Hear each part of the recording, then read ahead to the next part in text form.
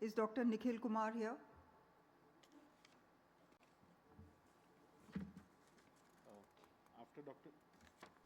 After Dr. Nikhil is Dr. Abhishek Das. Is Dr. Abhishek here? So you can stay in the front after, while he concludes, you can be ready.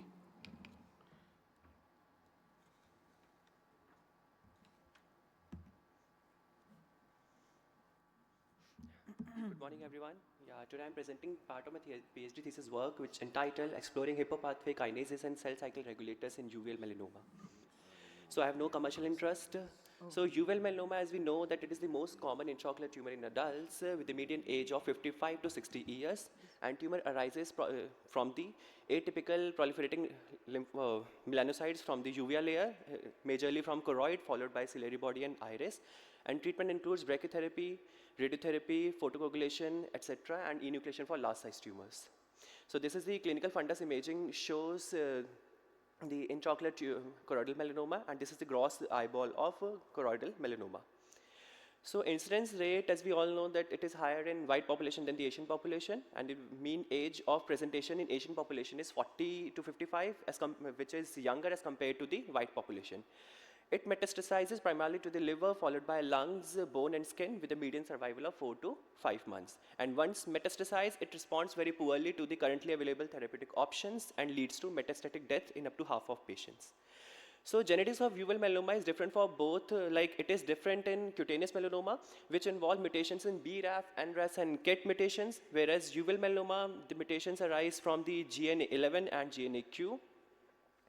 So molecularly also it is classified as class 1 and class 2 based on 15 gene expression profiling. Class 1B and class 2 have high metastatic risk as compared to class 1A. So these are the clinical and histopathological high-risk factors. So histopath high-risk factors include ciliary body invasion, extraocular invasion, and high pigmentation. So these are the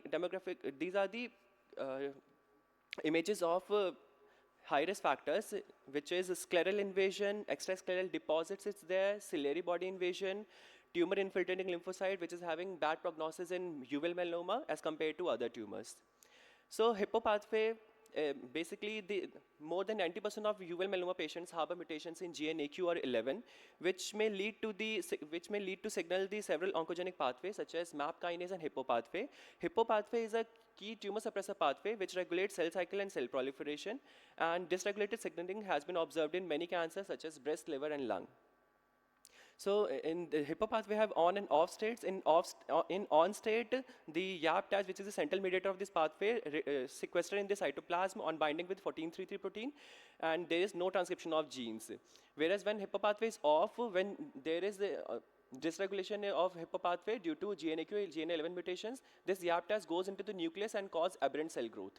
So therefore, we aim to evaluate the expression of core Hippo pathway components and cell cycle kinases and to correlate with patient outcome.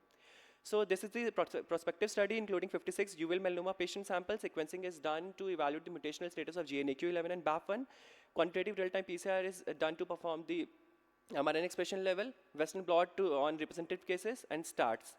So this is the demographic details of 56 patients, in which we can say that 54% of patients have advanced tumor staging, with 27% of cases show distant metastasis, and 7 patients died out of the 56 cases.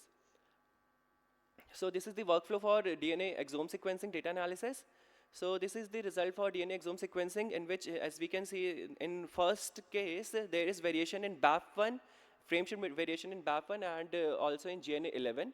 Like in second case also, there is variation in BAF1 and GNA11, likewise in other cases.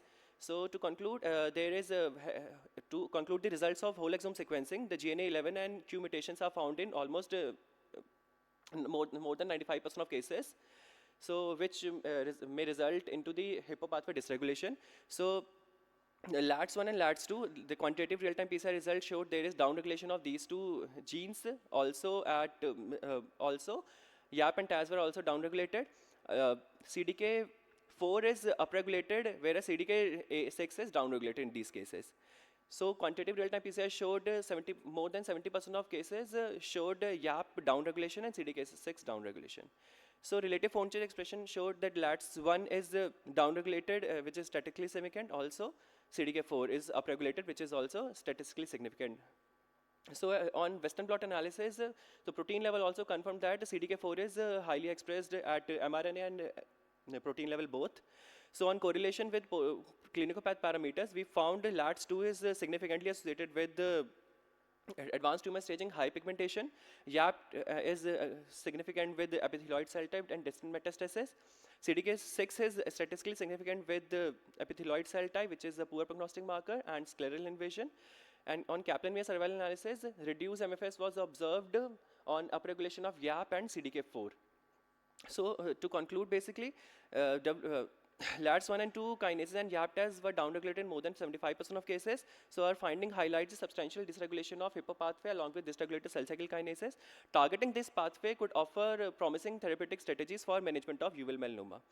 So basically, there is a drug called verteporfin which disturbs the complex of YAP-TAZ. So therefore, there is it may induce apoptosis.